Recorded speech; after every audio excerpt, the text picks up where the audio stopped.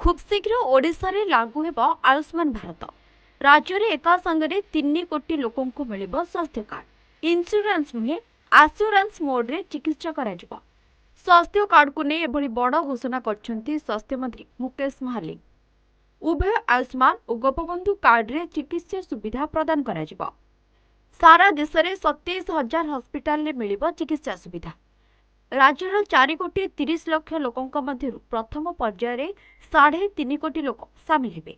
आयुष्मान भारत और गोपबंधु जन आरोग्य योजना रे एबे मासकु 320 कोटी टंका खर्च हेउथिबा कहछंती स्वास्थ्य मंत्री मुकेश महालिक। इन्स भैली टाइम्स पक्षरु भुवनेश्वर रे आयोजित विजन ओडिशा हेल्थ कॉन्क्लेव रे जोगदेई ए कहछंती स्वास्थ्य मंत्री।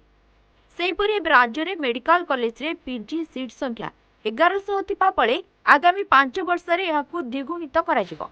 आगामी 2 वर्ष रे प्रति पंचायत रे थिबा health and wellness centre national dialysis mission अधीन रे राज्य रे पीपीपी मोड रे खोला जिबो डायलिसिस सेंटर। ब्यूरो रिपोर्ट सूचना टीवी।